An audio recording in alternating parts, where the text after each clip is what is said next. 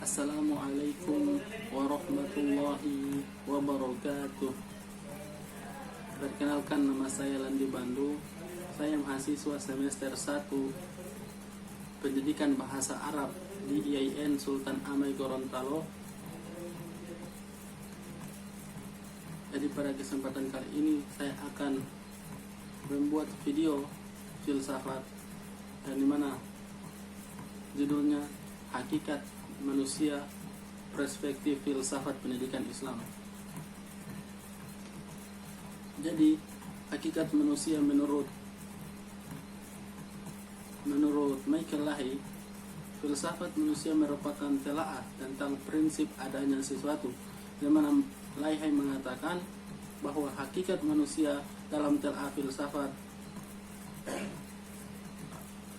adalah sesuatu yang olehnya manusia menjadi apa itu wujud, yang olehnya manusia memiliki karakteristik yang khas, yang olehnya manusia mempunyai niat yang unik. Maka melalui telaah filsafat dapat dirumuskan pengetahuan tentang hakikat manusia. Pengetahuan tersebut menjadi hal yang sangat esensial, karena melalui pengetahuan tersebut maka akan diketahui keseluruhan tentang manusia itu sendiri dan alasan dibalik kehadiran manusia diciptakan. Menurut Santoso Irfan, hakikat manusia merupakan semacam vitalitas yang menuntun hidupnya di tengah-tengah perubahan masyarakat. Pencarian mengenai hakikat manusia manusia tidak hanya menekankan bahwa materi merupakan faktor utama yang menentukan kehidupan manusia, tetapi juga menekankan aspek spiritual sebagai faktor utama yang menentukan kehidupan manusia. Sementara itu, Aziz mengemukakan bahwa potensi manusia berdasarkan pandangan Islam merupakan wujud yang diciptakan, sehingga dengan penciptaan manusia ini, sang pencipta telah memberi potensi-potensi untuk hidup yang berkaitan dengan konsep fitrah manusia, yang dimana Elina Sriger juga menguraikan hakikat manusia dalam pandangan Islam. Hakikat manusia yaitu, yang pertama, manusia merupakan makhluk ciptaan Allah Subhanahu wa Ta'ala. Kedua, kemandirian dan kebersamaan, atau individualis dan sosialita. Dan yang ketiga, manusia adalah makhluk yang terbatas. Kedua, Al-Quran sebagai sumber utama epistemologi dalam filsafat Islam menjadi fondasi pengetahuan tentang hakikat manusia. Sebagaimana disebutkan terdahulu, ditinjau dari segi kata istilah, terdapat 3 kosakata kunci yang digunakan Al-Quran dalam menjelaskan posisi eksistensial manusia, yakni al-insan, al-bashar, dan an-nas. Maka ketiga kata kunci yang berada dalam Al-Quran tersebut akan dipaparkan di dalam penjelasan kali ini, dan dimana ketiga kata kunci tadi, yaitu al-insan, al-bashar, dan an-nas, akan diketahui keseluruhannya tentang manusia itu sendiri dan alasan dibalik kehadiran manusia di dunia. Dan dimana yang pertama, kata al-insan. Kata al-insan berakar dari kata nasya yang mempunyai arti lupa. Dalam Al-Quran, kata al-insan disebut sebanyak 73 kali yang tersebar ke dalam 43 surat. Kata al-insan penggunaan pada umumnya untuk menggambarkan keistimewaan manusia sebagai khalifah di muka bumi. Keistimewaan tersebut karena selain sebagai makhluk fisik, manusia juga merupakan makhluk psikis yang memiliki potensi dasar, yaitu fitrah, akal, dan juga kalbu. Potensi ini menempatkan manusia sebagai makhluk yang mulia dan tertinggi dibandingkan makhluk lainnya.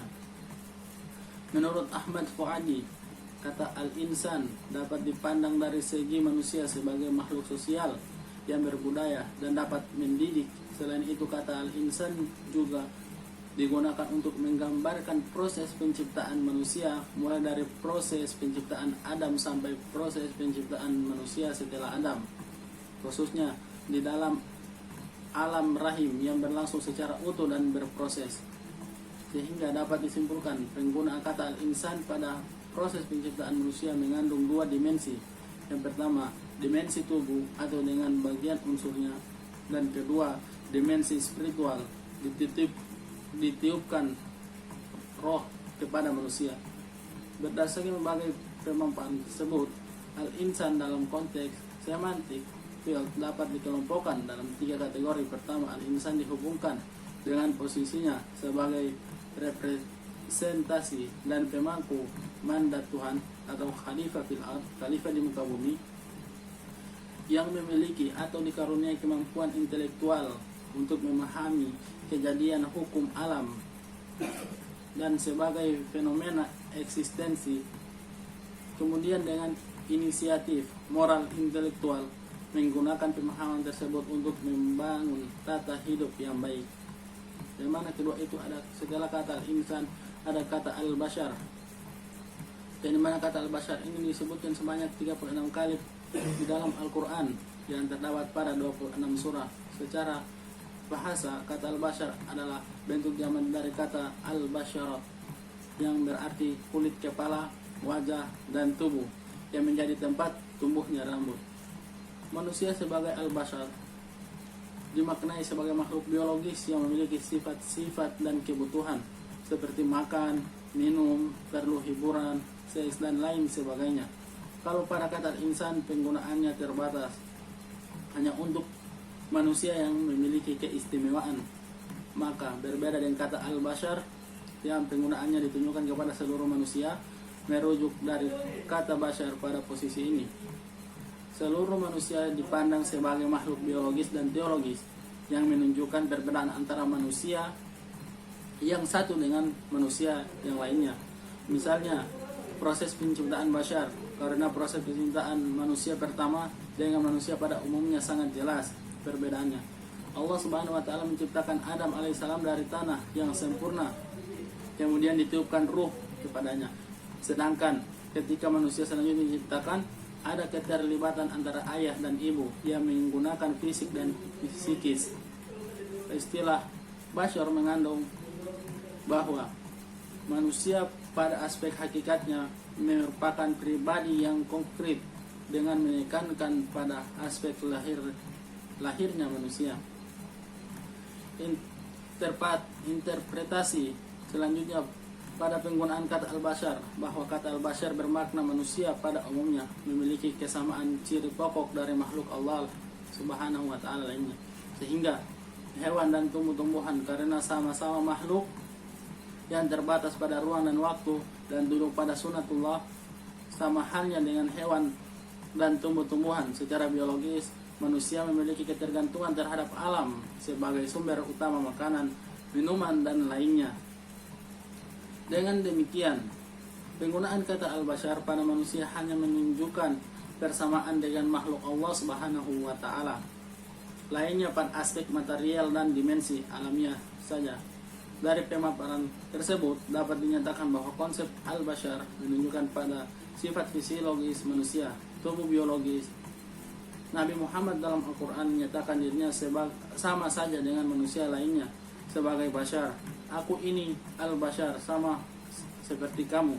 Hanya saja aku ini diberi wahyu bahwa Tuhanmu adalah Tuhan yang satu.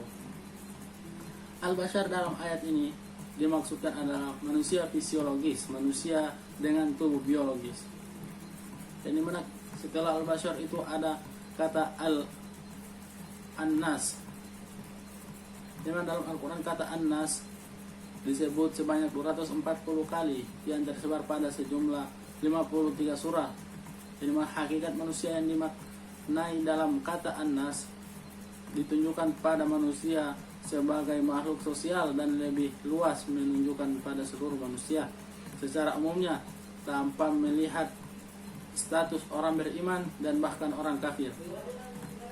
Menurut Siti Khosina, konsep annas lebih cenderung mengarah pada status manusia dalam hubungannya dengan masyarakat di sekitar.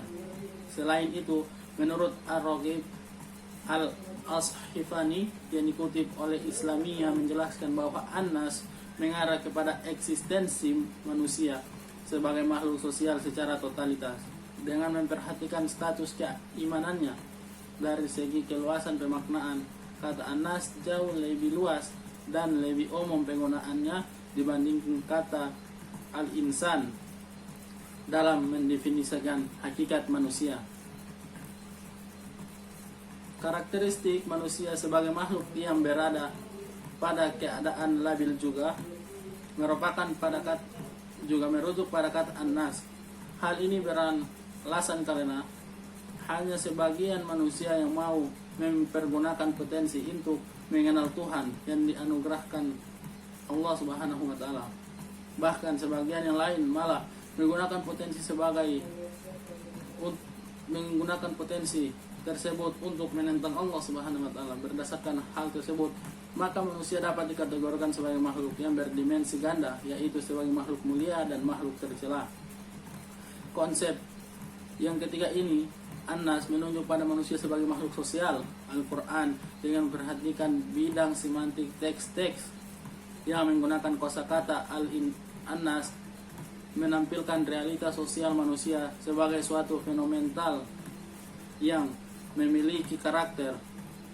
Pertama, karakter sosial manusia yang hipokrit, al-munafikun, dan di antara manusia ada yang pembicaraannya tentang kehidupan dunia, menggunakan kehidupan dunia, mengagumkan engkau Muhammad, dan dia bersaksi kepada Allah mengenai isi hatinya, padahal dia adalah penentang yang paling keras. Kedua, An-Nas sebagai makhluk sosial dengan kedua spektrum kualitas, ada yang mulia dan ada yang rendah, yang dimana pandangan hakikat manusia juga mengenai hakikat manusia dari para filsuf. Yang pertama itu dari Ibnu Arabi. Ibnu Arabi mengatakan bahwa tidak ada makhluk Allah Subhanahu wa taala yang lebih sempurna dibandingkan dengan manusia. Allah memberikan sifat-sifat rohbaniyah yang menjadikan manusia hidup, mampu mengetahui, berkuasa, memiliki kehendak, mampu berbicara, mampu mendengar, mampu melihat, dan mampu memutuskan. Ibn Arabi menyebut manusia sebagai insan kamil karena manusia sebagai makhluk yang sempurna dari segi wujud dan pengetahuannya. Kesempurnaan dari segi wujud terbukti karena manusia ini merupakan manifestasi yang paling sempurna dari citra Tuhan, seperti kesempurnaan dari segi pengetahuan, karena manusia itu telah mencapai tingkat kesadaran tinggi, yaitu menyadari kesatuan eksistensinya dengan Tuhan yang disebut ma'rifat, atau suatu tahap puncak atau makom pencarian kebenaran hakiki dalam perjalanan spiritual manusia.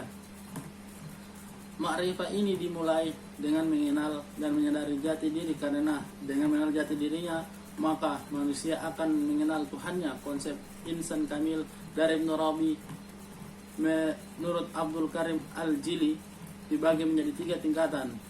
Pertama, tingkatan permulaan yang merealisasikan sifat-sifat dari Tuhan pada diri manusia. Yang kedua, at-tasawuf atau wasut, tingkatan menengah yang berkaitan dengan realitas kasih Tuhan. Apabila di tingkatan permulaan merealisasikan sifat-sifat Tuhan, dalam tingkatan ini lebih naik setingkat seperti adanya pengetahuan yang lebih berkaitan dengan Tuhan. Yang ketiga itu ada al-khitam, yaitu mampu merealisasikan cara Tuhan secara utuh dan mampu mengetahui segala rahasia takdir yang akan datang.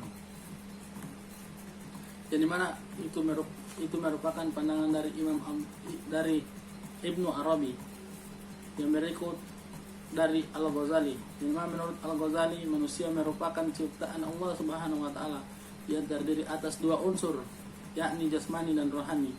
Dianjurkan kepada manusia untuk dominan dalam mempergunakan unsur rohani dan fisiknya jika manusia tersebut ingin hidup sesuai dengan fitrahnya. Hal tersebut menjadi pembela antara dirinya dengan makhluk lainnya. Namun jika unsur jasmaninya yang dominan, maka manusia akan kehilangan eksistensinya sebagai manusia.